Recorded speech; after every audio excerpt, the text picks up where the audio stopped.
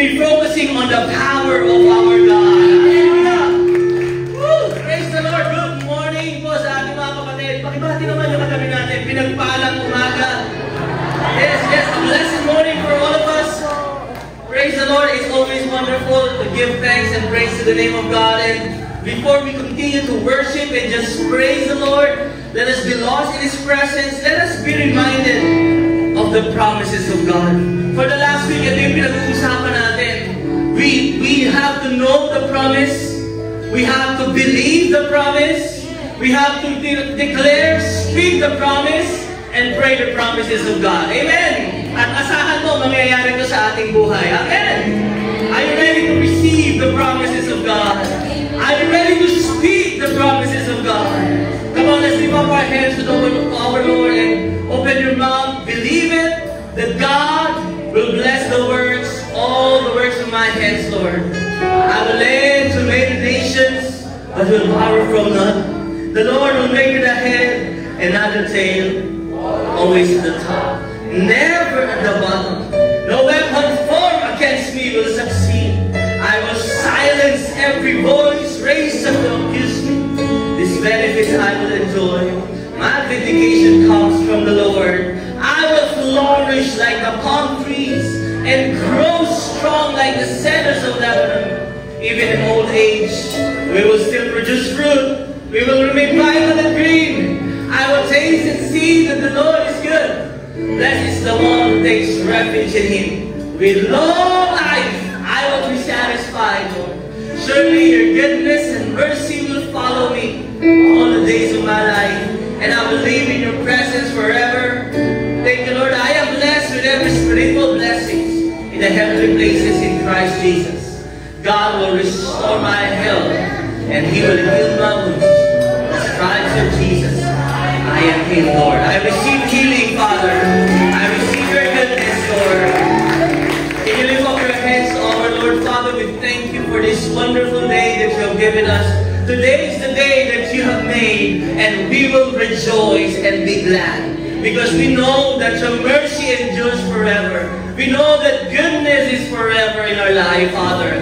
Salamat po, Panginoon, so that today we just want to praise you and thank you. And Lord, we welcome your presence in this place. We're commanding our soul to praise the Lord. We're commanding our mind to praise the Lord. We're making that will to praise the Lord. Whatever we're facing right now, whatever problems, whatever situation, whatever challenges in life, we will choose to praise the Lord. Because we know when we praise the Lord, the presence of God is here. And the joy of the Lord will last for a lifetime. Your favor will crown us, Lord. Your peace will guard our hearts and our minds. And we will continue to believe that God is in control, that God will bless His people, that God, you will heal your people, you will shower us your blessings, Father. We thank you and we will continue to worship you, Father. Let our hearts be open. Let our eyes focus on you, because you are God. You can do everything. Nothing is impossible with you. Let us have a focus to you, Lord. Thank you, God. And again, we give you the glory. We give you all the praise. In the mighty name of Jesus Christ. Everybody shout to the Lord. Amen. Amen. Amen. Let's continue to worship our great God. Kung kanina pinag-usapan natin yung kabutihan ng Panginoon dahil naranasan natin. This time around, we will continue to speak His goodness na hindi pa natin naranasan. I know lahat dito sa atin may mga challenges as well. But thank you, Lord. And may masotos doon. Andito ka. At habang nag-praise tayo, hindi lang nararamdaman ko yung puso. Puno ng pagpapasalamat. Gusto ko na lahat ng nararamdaman natin ngayon ay pull out natin kay God. Let's give our hearts to the Lord. Ano man ang laman ng puso mo, bigay mo kay Lord yan. And then let the way of God, let His ways will reign. Worship His name, we worship His name, Lord. This is my desire.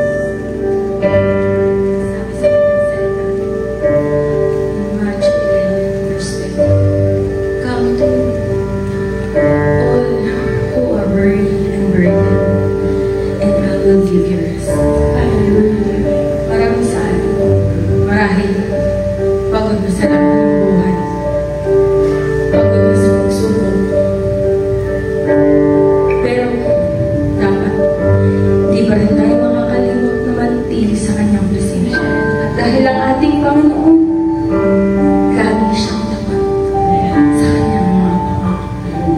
Continue to worship our Lord Jesus.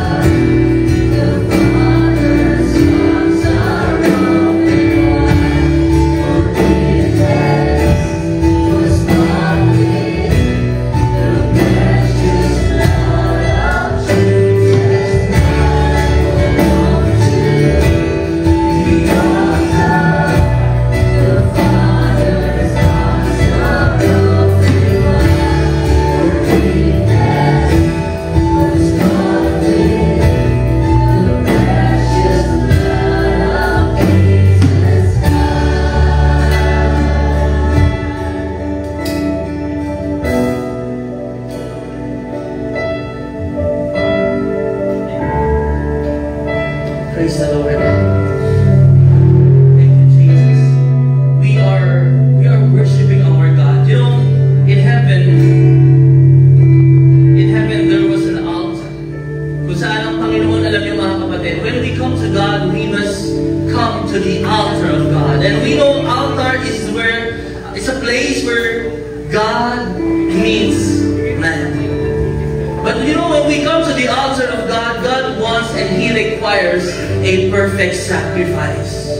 Ang gusto ng Diyos, pag lumalapit tayo sa Kanya, nagdadala tayo ng mga hain, ng mga handog, na maayos, dalisay. But you know, in our life, we cannot come to God with our life. Tama ko ba?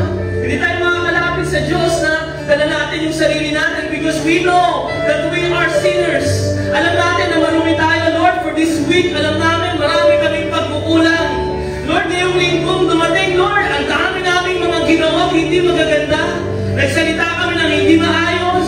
Lord, makasalanan kami. But you know, the good news is we have a perfect sacrifice. Pag lumalapit tayo sa Diyos, ang nakikita ng Panginoon, si Jesucristo na inalay niya ang kanyang dugo para sa atin. Pag lumalapit tayo sa Panginoon, hindi tayo lumalapit sa ating pangalan. Lumalapit tayo sa pangalan ng Panginoon Jesucristo. Kapag lumalapit tayo sa Ama, hindi natin dala ang hain nating sarili. Dala natin ang pagdero ng Diyos na nag-unleash, na nag-linis sa ating mga kasalanan. That's why we encourage you, come to the Lord with all your sorrows. Come to the Lord with all your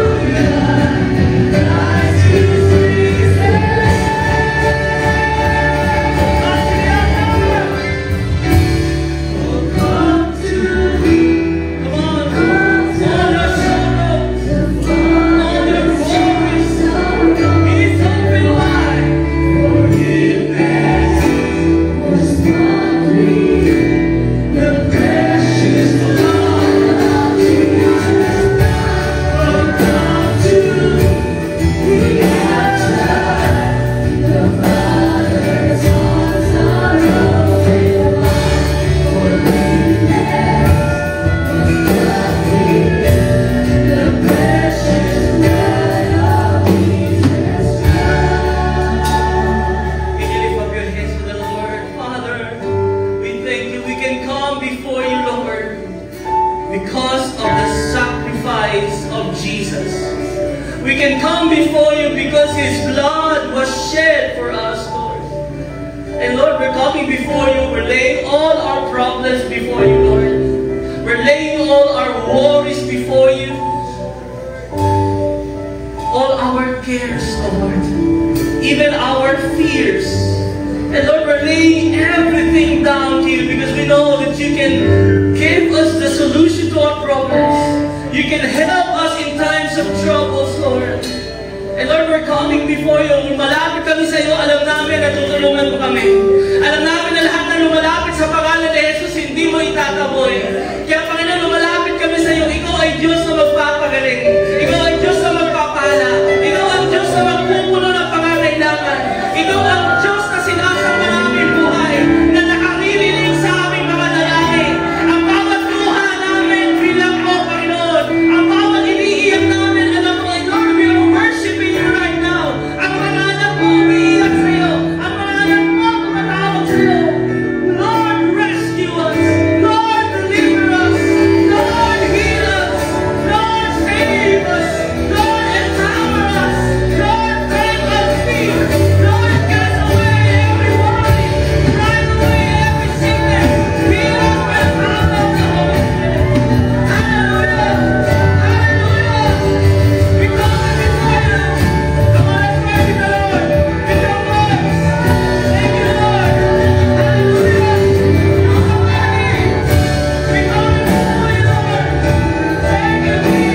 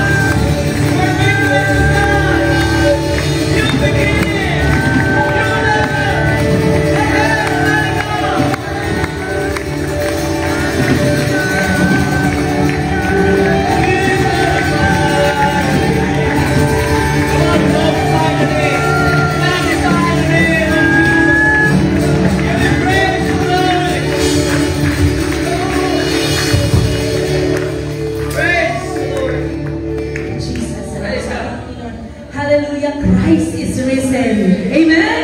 Ito yung buhay na pag-asa natin. Kaya naman ito yung nagdudulot sa atin ng kagalahan.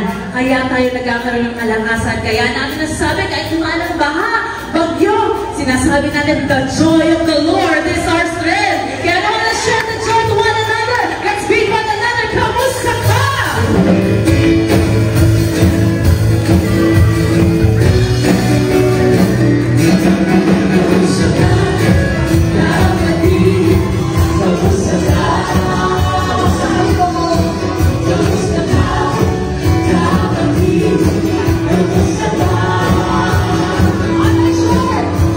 I'm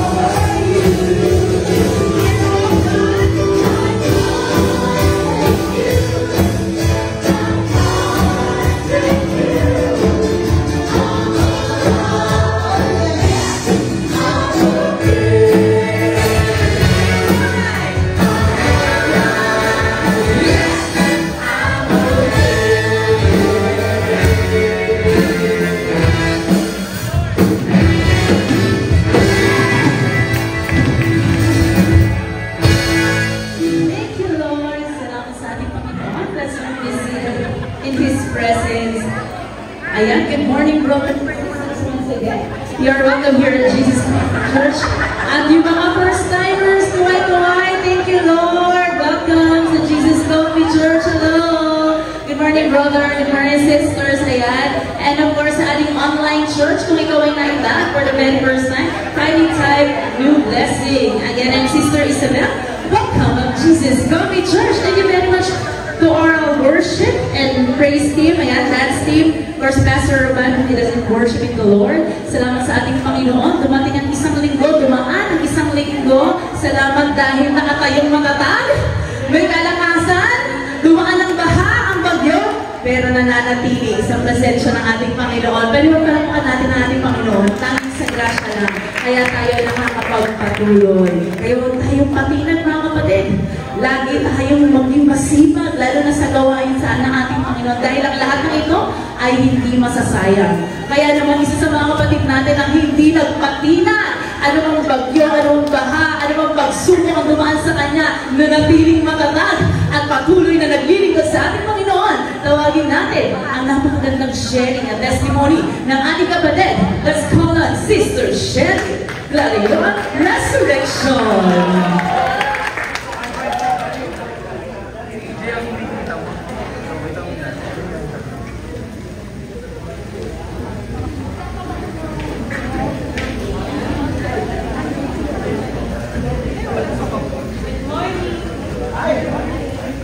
Ayan. Good morning po sa ating lahat. Ayan. Thank you, Lord, no, na nandito sa tayo na sama-sama magpunin pasalamat sa ating Panginoon sa Kanyang kabutihan. Bago pang lahat, nais ko po muna magpakilala sa inyo sa hindi pa po nakakilala sa akin. Ako pala si Sis Sheryl Resurrection.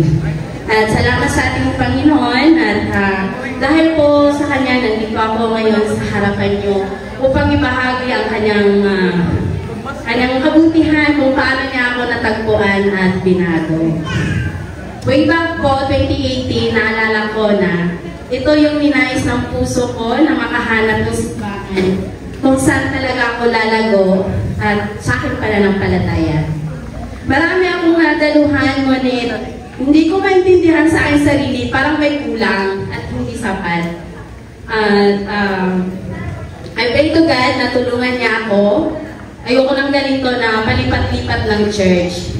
Gusto ko magstay sa isang church through ni Nang Arlene. That time po, doon ako nag-work sa kanila. Nakilala ko po ang J. Compis Church. Sa pamumuno nila, Pastor Roman and Sis Bel. At dahil that time din po ay nagkaroon ng J. Compis concert sa Sita Italia Clubhouse. At hindi po nagtagal, nagkaroon na din po ng gawain ng Sita Italia. Ito po yung prayer meeting. At hindi po nagtagal, doon ako simula kong attend at mas lalo po pong nakilala sila Pastor Ruben at Sis Bel. At thank you, Lord, dahil sa pamagitan nila sa mga pagtuturo ng salita ng Panginoon, ay mas lalo po pong nakilala ang ating Panginoon. At nagkaroon ako ng panampalataya sa Diyos. Isinuko ko ang aking buhay sa ating Panginoon noong December 7, 2018 at tinanggap ko siya as my Lord and Savior. Thank you, Jesus. Papuri sa Panginoon dahil mula na isuko ko ang aking buhay at sa patuloy ko pong pag-attend sa gawain. At sa tulong ng banal ng Espiritu, unti-unti pong nabago ang aking buhay. Dating magagalitin, ngayon po ay may pag-ibig. At wala sa akin sa kapwa. Thank you, Lord. Dating nagsasalita ng hindi maganda, ngayon po ay nagpupuri at nag-aawit sa ating Panginoon. At dating mataas ang pride, ngayon po ay meron ng pusong magpapakumbaba. Thank you, Jesus.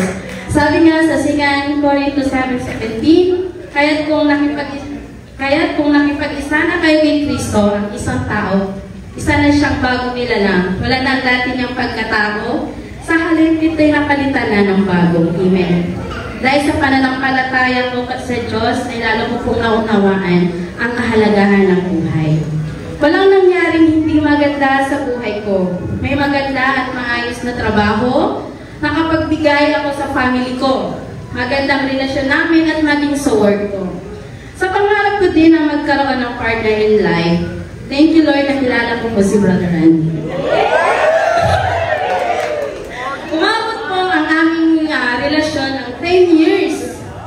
sa 10 years din namin, maraming mga pagsubok na aming pinagdadaanan. At dahil din sa pagsubok, naging matatag ang aming relasyon at naging nakilala mas, lalo namin nakilala ang isa't isa.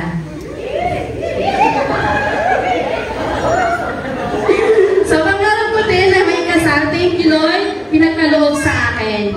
September 25, 2021, ang araw na pinakahihintay ko bilang isang babae na pangarap na may hatid sa altar.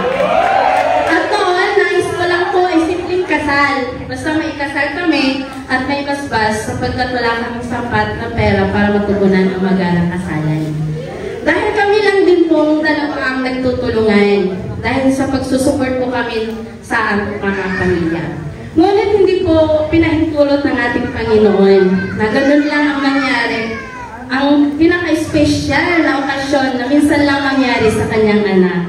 September 25, 2021 po ang aming garden wedding sa Villa Sofia, Tagaytay naganap po. Thank you Lord. Sa patuloy ako minamangha ng ating Panginoon kung paano kami tinulungan. Simula po sa aming mga plano, preparation hanggang sa mabuo po ang lahat na may ngiti at galak sa aming mga puso. Dahil sa bawat ginawa namin ay aming ipinagdadasal at pinagkatiwala sa Kanya. Sabi sa Kanya sa salita sa Kawikaan 16 verse 3, ipagkatiwala mo sa Panginoon ang lahat ng iyong gagawin at magtatagumpay ka. Thank you Lord dahil sa pagtitiwala namin naging magaan po ang lahat ng aming gawain. At nakakamangha talaga ang kumilos ang Panginoon. Kasi nabayaran po namin ang lahat ng bills ng hindi lubos na may isip kung saan kami makakuha ng ganong halaga. Dahil nagsimula lang kami mag-ipon ng 4 months before our wedding. May 2021 to August, nangyari ang kasal po namin September 25. So, hindi po ganun kalaki ang aming salary. Praise God sa lahat ng ginawa niyang tulong, sa provision, sa protection, at maging sa kalusugan naming lahat. Dahil sa panahon na yon, meron po tayong ACQ. Thank you, Lord. Sa patuloy na paglilingkod at pananampalataya sa ating Panginoon, Panginoong Hesus, nasusubok yung ating pananampalataya. Na sa buhay Kristiyano, hindi lahat nangyayari ay puro magaganda. Dumarating ang panahon na susubukin tayo kung hanggang saan ang ating pananampalataya at pagtitiwala sa Diyos. July 2 this year po, may hindi magandang nangyari kay Brother Randy. Nagsimula lang sa pananakit ng kanyang tiyan at hindi namin lubos may isip na hahantong pala sa isang operasyon. Kasi nung una, hindi namin pinansin. Ito, dahil akala namin ay sakit lang ng tiyan. Ang ginawa ko ay pinahitan ko ng langis. Dahil sa akala ko ay gagaling. Kasi kasi po ako po nagkaroon ng sakit ng tiyan, naglalagyan ng langis, sa awa ng Diyos, gumagaling ako. Pero sa kanya, hindi kasi patuloy yung sumasakit niya at hindi na po siya nakapagtrabaho ng maayos. After po ng work niya, hindi na siya umuwi sa bahay. Umuwi na siya sa Dasma at sa tita ninang namin para magpatulong kung saan pwede magpa-check up. July 8 ng hapon, tinulungan siya magpa-check up at binigyan siya ng reseta. Pero advice din ng doktor na dalhin sa ospital. Nung gabi po, dinala siya sa ospital kasama niya ang tita ninang namin upang magpa-check up at yun, pina-ultrasound ko siya ay meron siyang fatty liver, cortical renal cyst sa left niya. So tinawagan niya ako at narinig ko yun, sobrang nanlamig ako at natakot. Hindi ko alam kung anong gagawin ko, pero nagdasal ako kay Lord na tulungan niya kami. Kasi po, first time nangyari sa amin at natakot din talaga ako. At yun po, pinaalam niya sa akin, hindi naman kailangang i-admit na si Brother Randy at observaran nyo na lang muna raw at umuwi muna sila. Pagdating po ng gabi, laging natulog po yung phone ko at kinakabahan ako. Sinagot ko ang tawag at sabi nila kaya ko pa daw bumiyahe. Kasi ihatid nila ulit si Randy sa hospital at hindi na kaya ang sakit. 9:35 PM po yun. Sa oras na yun, wala na po ako masyadong masasakyan. So, pero kahit gano'n, baka sakali pa din ako, thank you Lord. Kasi pagdating ko po sa sakayan, may isang rider na paparating. Hinarap ko, hindi ako nakabook sa kanya, pero nakiusap ako sa emergency lang at hindi po nagdalawang isip si rider at tinulungan niya ako. Pagdating ko po doon, kinausap ako na kailangan siyang i-x-ray. At ayun, ang result po ay nagkaroon na ng infeksyon yung kanyang tubo. Nagtaka kami bakit ganun magkaiba ang result at patuloy na pananakit ng tiyan pati ang kanyang right side po. Ulit suggest po yung doktor na pa-CT scan na lang din. At thank you Lord, napakabuti niya at hindi kami pinabayaan. Dahil sa CT scan po, marami nakapila. Pero may lumapit sa amin na kami na daw, i-ready na daw si Brother Randy. Ayan, July 12 ng 7 p.m. nalaman namin ang result ng kanyang CT scan at ang sabi ng doktor ay kailangan na siyang operahan at nagkaroon na siya ng acute appendicitis. Nang narinig ko na kailangan siyang maoperahan, nanghina na naman ako at natakot kasi sana ko kukuha ng pera para sa operasyon. Na alam ko na malaki ang babayaran at doon pareho kami ng trabaho. Naiiyak ako pero hindi ko pinapakita sa kanya. Kasi alam ko natatakot din siya at sa akin din siya kumukuha ng lakas. Noong oras din iyon, nanalangin ako sa ating Panginoon. Sabi ko, Lord, hawakan ko yung pangako sa amin. Sabi mo sa salita sa Isaiah 41:10 and 13. Ako'y sa iyo, huwag kang matakot. Ako ang iyong Diyos. Hindi ka dapat mangamba. Palalakasin kita at tutulungan. Iingatan at ililigtas. Ako si Yahweh ang iyong Diyos ang magpapalakas sa iyo. Ako ang magsasabi, huwag kang matakot at tutulungan ko kayo. Amen. Thank you Lord. Alam ko hindi niya kami pababayaan. Maging sa operasyon ni Randy, ikaw ang magliligtas sa kanya.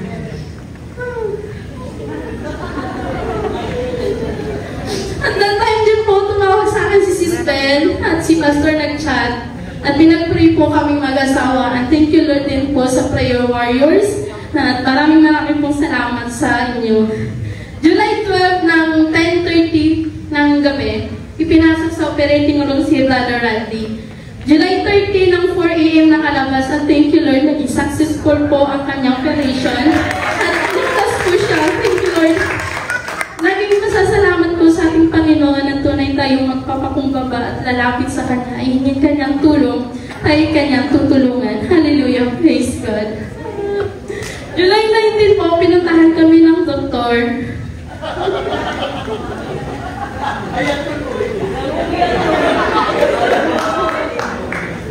Sabi, pwede daw makalabas si Brother Randy. Sa bahay na lang daw magpapagaling kasi yung host na nakatusok sa kanya ay hindi na lumalabas, hindi malinaw na. At aasikasuhin na yung papers at bill. Yung sa papers po, sobrang first time ko kasi ang dami interview, tapos first time ko silang nakikilala. Kumbaga yung kaaway, kumano sa ko, na hindi mo kaya. Pero sabi ko, hindi, kasama ko si Lord, kakayanin ko, sabi ko, si Lord. At yun po na, lahat ko na interview yung papers na ayos ko po sa natulong ng ating Panginoon. At ayun po, nasikaso ko ng papel at bills. Kaya agad ko pong inayos ang lahat. Ang kailangan ngunit, magpunta ako sa cashier counter, tinanong ko kung magkano yung bills.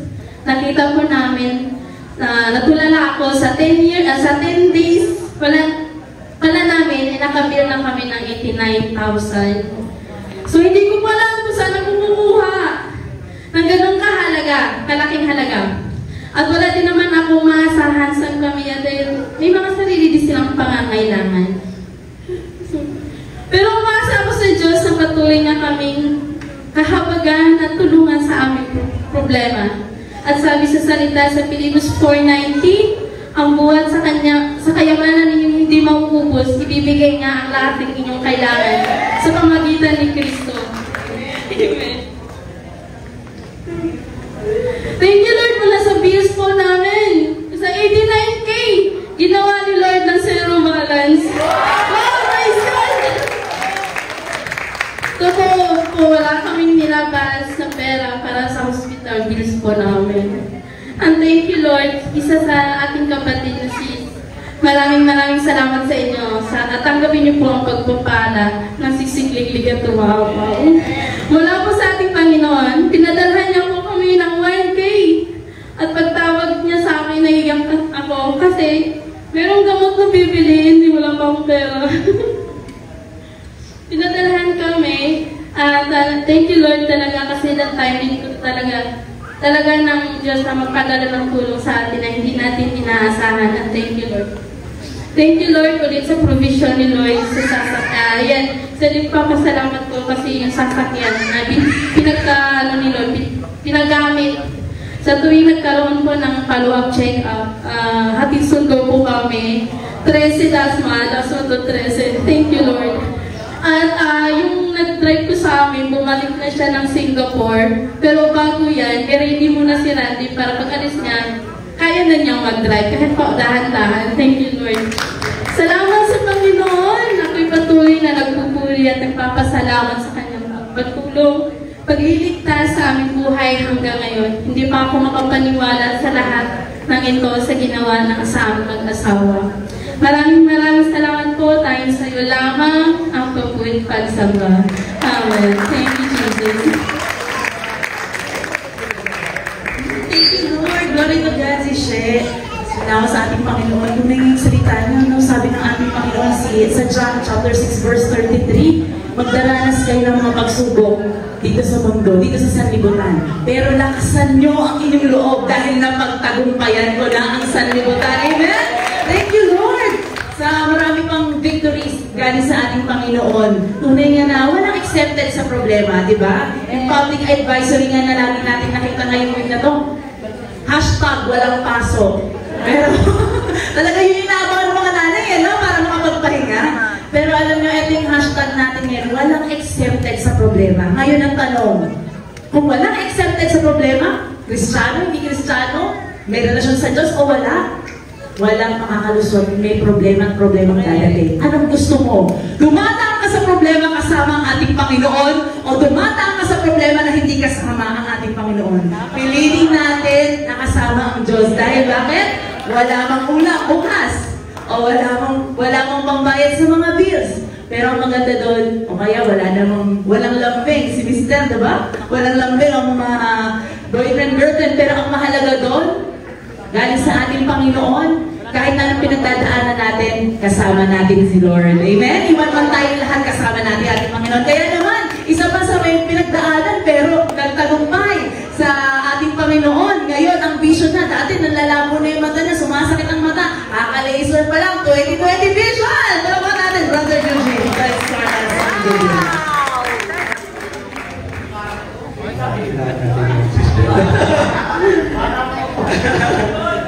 Thank you, Lord. Hindi ba kayo nilalamig? Gano'n na, hindi pa kayo nilalamig? Hindi. Thank you, Lord.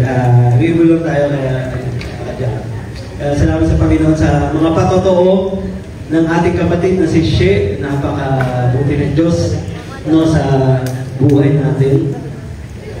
Kaya tayo, mga kapatid, ano pong gagawin? Tama yung sinabi ni Sis Bel. Saan pa tayo pupunta? Ano pang gagawin natin? Kung tayo man din ay nakakaranas ng iba't ibang klaseng pagsubok. Mas mainam pa na naglilingkod tayo. Kapag alam natin, yung Diyos na makapangyarihan sa lahat, yun yung tutulong sa atin. Ano man ang mangyari. Kaya, andito na tayo mga kapatid sa giving. Thank you, Lord.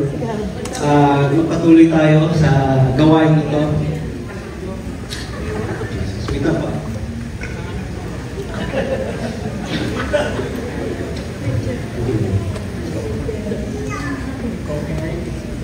Ayan, praise God. Salamat sa Panginoon.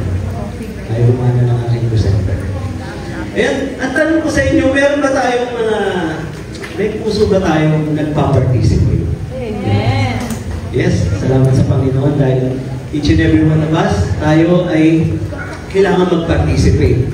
Sa ating pamilya, may mga membro ba tayo, kabahagi sa ating pamilya na nagpa-participate o hindi nagpa-participate? Naku, dapat lang na tayo ay mag-participate, mga kapatid, sa kahit saang grupo tayo mapabilang sa ating pagtatrabaho. At kung meron tayong mga kasamang miyembro na hindi nagpa-participate, dito mga kapatid, nagkakaroon ng problema Bigla na ba kayo meron? Huwag yung titingin sa katabi niyo, hindi nagpa-participate dyan. Kaya kapag sa bahay, di ba, tayo ay kabilang o miyembro ng pamilya, di ba, lahat ng miyembro ay gumagawa sa bahay. Naglilinis, yung tatay, nagtatrabaho Yung nanay, nagtatrabaho rin, syempre. Baka sabihin nila, tatrabaho na ako sa bahay. Nagtatrabaho din naman ako sa opisina. Again din, vice versa. Yung mga anak natin, meron din silang participation. Yung kuya, tumutulong sa mga ginagawa ng tatay, di ba? Yung ate naman, tumutulong sa gawain ng ina. Ayun. Kaya, yung bunso kaya, sa tingin nyo, nagpapasaway, nagpapakyut. Sino yung bunso rito? Kaya yun, trabaho nila, nagpakyut, nagpasaway, pero may trabaho, may ulit pa rin. At maintindihan nila yun later on. Well, kung meron tayong miyembro sa pamilya o sa trabaho na ganito, ayaw mag-participate, dito ay nagpapabagal ito ng paglaro. Na dito, imbis na nagiging maayos yung takbo ng relationship, parang hindi nagiging matagumpay Parang mayroong umahad lang. So, sapagkat hindi nagpa-function ang isang miyembro ng pamilya. Katulad din niya ng katawan. Parte ng katawan natin na yung kamay natin, yung kanang kamay, ayaw mag-function, ayaw umamot sa kaliwang kamay. Ganun din yung kapatid. Parang ayaw niya rin mag-participate. Kaya, alam niyo yun yung naka-experience ako, nakakita na kayo siguro in a rowing sport.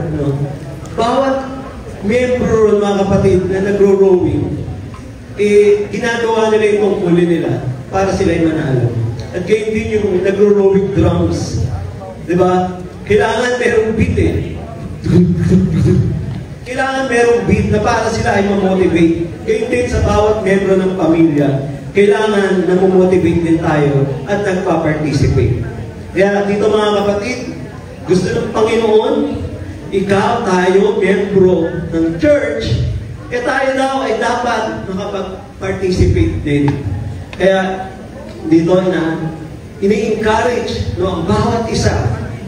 Alam niyo yung natatandaan niyo yung ating step 1, part 1, yung church. Ano daw yung church? Anyone? Family. Correct. Family daw ang church. Kaya dito sa church, each and every one of us, or everybody, kailangan mag-participate. At ganyan din, tinuturo sa atin ng Panginoon na sa bawat gawain sa bahay, meron kanya-kanyang function. Like sa ating body, katawan, yung kamay, yung ulo, yung mata, meron siyang kanya-kanyang participation. Kaya dito mga kapatid, sabi dito sa Nehemiah, chapter 10, verse 28 to 29, sabi natin kami, ang sambayang Israel, ang mga pari, mga Levita, mga bantay ng pintuan. Marami pang iba. At sabi ron, aming lupain bilang pagsunod sa kautusan ng Diyos. Pati ang mga aming mga asawa, aming mga anak, na babae at lalaki, ay pawang may sapat na pag-iisip. Verse 29, sabi ron, ay nanunumpa kasama ng aming mga pinuno at nangangakong tutuparin ang buong kautusan. Thank you, Lord. Sa church, mga kapatid, dito, meron din tayong panunumpa na tayo ay may participation sa gawain ng ating Panginoon. At kung ikaw, new blessing o first time, second time, mga kapatid, okay lang yan, hindi mo ba naiintindihan? Pero later on, maiintindihan mo yung function ng giving dito sa church. Kaya, tinuturo sa church na ang title natin is everyone or everybody should participate. Meron ba tayong mga puso no, na nagpa-participate, mga kapatid. Katulad nung bunso, may participation din siya, yung pagpapakyut. Pero yung kuya,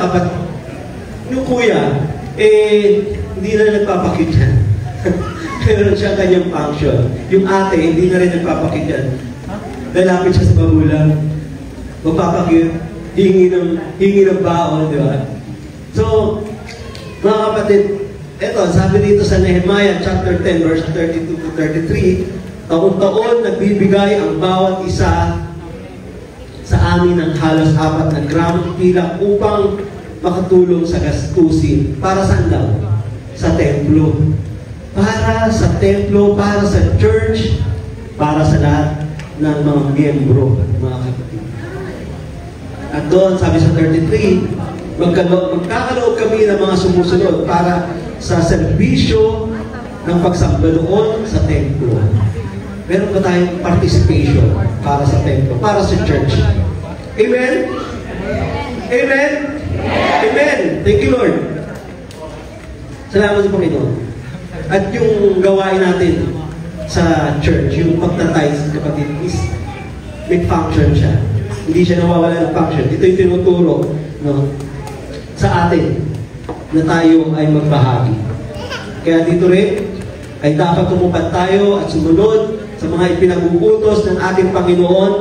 Kasama na naroon yung pagtatithe, yung giving, at yung ating mga pledges sa ating Operation Bangon. Tumulong tayo sa church sa pangangailangan nito. Tayo bilang miyembro, kailangan natin mag-participate. Salamat sa Panginoon. Sabi sa Malakay, chapter 3, verse 10, bring all the full amount of all your tithes into the temple. Saan daw? Sa temple, sa church. So that there will be a plenty of food. Yung food na yun, yung gagamitin ng ating Panginoon para sa gawain ng church. Para mas marami pa ang magkaroon ng salvation sa pagpapalaganap ng magandang balita. Kaya, yung pag-inihintay natin, mga kapatid, gawin na natin to. Para sa Panginoon, hindi para sa tao, para sa Panginoon. Kaya taas na natin ang ating mga ikapo. Thank you, Father God. Hallelujah. Panginoon, salamat po sa iyong salita. Tulungan mo kami, Panginoon, na matatili ito sa aming puso at isipan. Masunod namin, Panginoon, ang iyong mga pinag-uutos. Magbigay kami, Panginoon, ng nararapat at karapat-dapat sa aming pagbibigay. We thank you, Father God, sa lahat ng mga ito at pagpalain mo rin po ang aming mga kapatid na sumusunod. Bigay mo sa kanila, Panginoon, ang pagpapala ng siksik, liglig at umaapaw, at ito'y mararanasan nila sa kanilang buhay habang sila ay naglilingkod. We thank you, Father God, for all these things, and we lift up to you all these tithes, all these pledges for the Operation Bangon. We give you thanks in Jesus' name. Amen.